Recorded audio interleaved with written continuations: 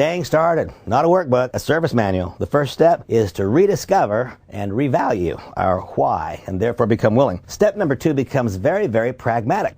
Think back to the day when you got involved in MonaVie and contemplate and consider what was your initial order. Write down your initial order. Did you in fact buy an initial enrollment kit? Did you? Or did you simply mix and max products? Was that initial enrollment kit a 500 or 1000 PV enrollment kit? Remember that since that time, your business was set upon a process of duplication. When a person joins our business, he or she will engage in business building behaviors that are completely predictable based upon that initial order. If one has products only of a size that are appropriate for personal consumption, if my initial order placement has products in it only for my use, almost by definition, I will conduct fewer business presentations. If I don't have products to use in home business reviews, I will conduct fewer home business reviews. This is not something I think, it's something I know. It has been shown over and over and over and over again. If I don't have products to use to pour for samples, then I will not give samples, and that will have a complete, immediately identifiable negative outcome in my business. If I do not have products so that I can sell, Nate is here again helping me with my recording. Nathan, after I take you all the way through the business, I really believe that you should be involved. I really believe you should. But Nate, if your personal timing is such that it's not right for you, 100% chance you should be drinking our juice. 100% chance. And so Nate, we have 2 or 3 different iterations. You've heard about them here today. Would you prefer to start with 1 or 2 cases? Man, if you guys can just learn to say what I just said. If your personal timing is such that it's not appropriate for you to join our business right now, I understand that. I get it entirely. But Nate, I believe in my heart of hearts and clear to the center of my being that you should be consuming our products. Reveal. You should be consuming 1 or more of the remarkable juices. I cannot, in good faith, Nate, I can't let you leave here without you becoming a consumer of Max. I can't. That's a product you should be using. And so Nate, would you like me to help you place an initial order for 1 or 2 cases? Folks, learn how to say what I just said. Believe what I just expressed. Learn how to say what I just said. Now here's the question. Is it true that your business is duplicating either correctly or incorrectly based upon your initial order? If your initial order was for 200 PV, and that's entirely possible. In fact, that's somewhat likely here at the outset as we introduce these materials, we introduce MVP around North America. Not sure exactly what the date is when you're receiving this material. It's entirely possible that your first order was a 200 PV order. If your first order was a 200 PV order,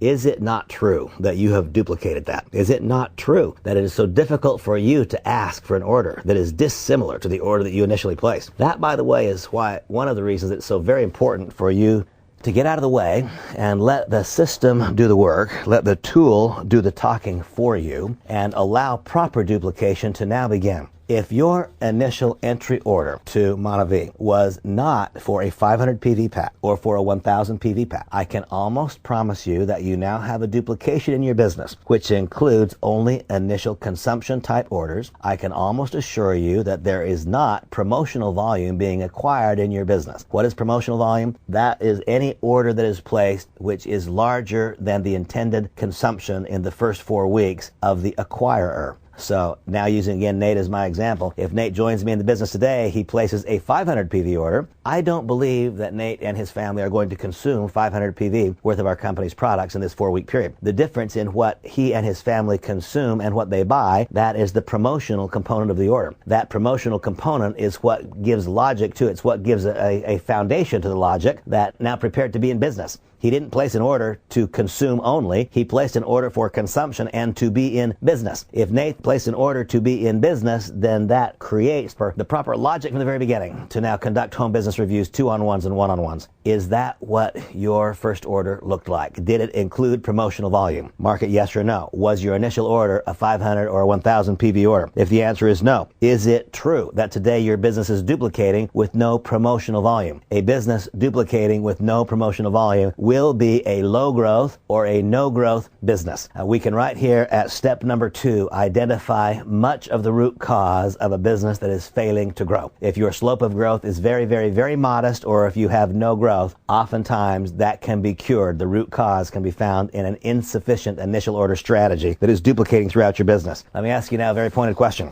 Would you like, now that you've looked back at your initial order, is that how you want your group to look? Yes or no? Do you want your business to duplicate based on what your initial order was? If the answer to that is no, is it now appropriate based on this new and better knowledge for you to place a supplemental order? So that next time you arrive at that uncomfortable point when you're meeting with a new member, a new proposal, and that new member says, well, what was your first order?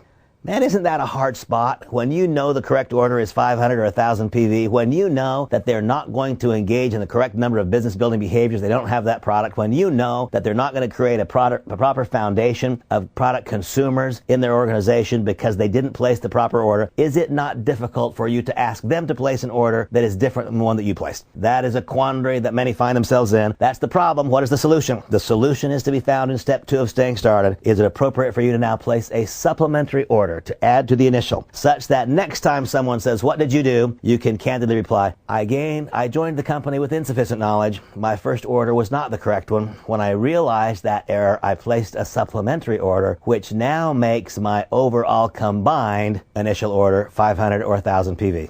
That is the correct action to now take, such that you can begin duplicating your business with a correct promotion line. What was your initial order? What is today's order? What is the new total order? And does that now create a proper framework of duplication? Don't be confused about the slope of growth in your business. If you have no promotion, then you will have slow growth. If that's what your business looks like, if it looks like that because of your initial order, now is the time to correct it. That is step 2 in staying started.